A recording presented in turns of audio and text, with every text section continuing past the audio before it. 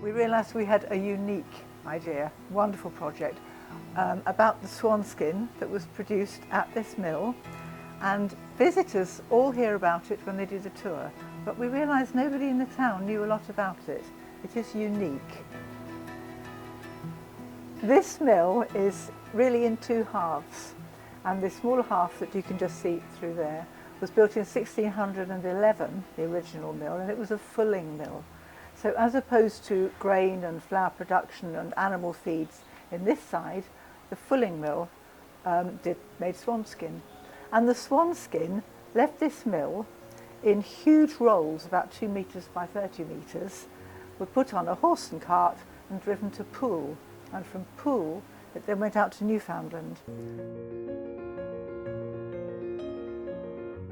There was little contact with the high school. It was difficult with demands on curriculum and the way the school functioned, so the links were fairly tenuous. And this project we were really lucky because we explained it to the history teacher and she took it on board. In fact, I think her phrase was, "You couldn't have given me a better present." So we were, timing was key really, so it really worked. So many children wanted to do it all, the art, making the shadow puppets, helping with the music. We all helped with the singing. It was such it was really lovely experience. It was put into the curriculum last year. I went in to watch it being delivered, and the new teacher that's taking over it is doing the same thing again. And also taking this concept of finding something local to hang a national subject on, which is giving the children the idea that, the history walked past their front door. Really good mentor, very sympathetic. Yeah. We got on very well, and she let us ask silly, naive questions. She was very helpful. Yes, she was. Yeah. I think we hadn't realised that probably the majority of museums would have been in the same situation as we were, sort of brand new and a big project. And I suppose we were a bit like rabbits in headlights. But she just put us at our ease and sort of said, it's not expected that we run before we walk. And she just sort of developed ideas, didn't she? Oh, yes. And she had contacts for us. Yeah. And she was so generous with her time. Yes. But I think the underlying thing was that we were able to take confidence from her. But what we want is the youngsters to feel an attachment to the mill. Their mill.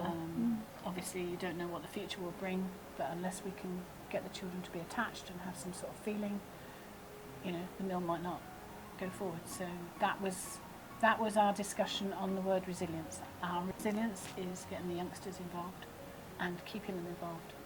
We had a couple of youngsters who were very quiet, very shy, actually volunteering to take people around. We had 3 ask for work experience. We had another one say that she'd like to be a volunteer, and they're bringing their family. So Yes. that's our resilience. One of the youngsters volunteered to do the speech at our presentation evening.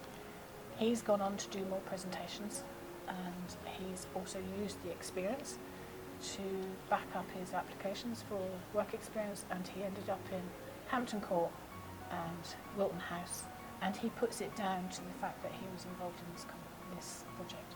He said it gave him huge confidence, and he's writing to all sorts of historians and people in quite high places, and again he keeps coming back to the project, and he's desperate to take on the next stage as with the migration story, and he wants to do the publicity, so he's got various things ready printed. Yes. Yeah, so he's been a real star, he's an individual star amongst all the others. So. Well, tightening up Yeah. our ideas. It's your project, you want to do it your way. Don't get swayed by other people's ideas. You make assumptions. You sort of think that all your partners are on the same wavelength, and you think we've got this story about Swanskin and it's going to be interpreted with the film and the boards, and it was a naive assumption on our part that everybody was interpreting it exactly the same way. So we had a few discussions about interpreting. So that's something we would take forward to another project, that actually right at the beginning you need to have such a clear idea of what you want, and then sort of like dot the I's and cross the T's. Yeah. I think you need the personal approach. You need to be able to sell the project so that they know they can use it, that it's not going to be something extra. You know, this was, they picked it up and used it. It became part of their school planning. So it wasn't a question of, oh, we've got to do this alongside the curriculum. So that I think would be fairly important, to try and find the way in so that it doesn't become a burden for the school, you know, that they're going to get the positives out of it.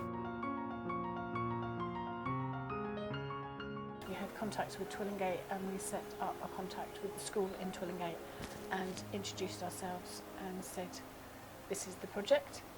And after a stunned reaction, they took it on board. And within 3 or 4 days we had an email saying, check this out. It was a gentleman in a tiny island called Chance Island. He had a one-room museum in his house, and we had this 10-minute video of him standing there extolling the virtues of a pair of mittens made out of swanskin. I mean, it was our Sutton Hoo, because we didn't have it, and it caused a ridiculous level of excitement because of these mittens, and he was speaking to us with a Dorset accent, and it was quite Amazing. strange. A lot of people live in Sturminster but have never been to the mill. That's changed. We had our AGM presentation, that's led to other presentations, newspaper articles. The word is out there and people are coming, and they're loving the boards. They're staying much longer when they visit the mill.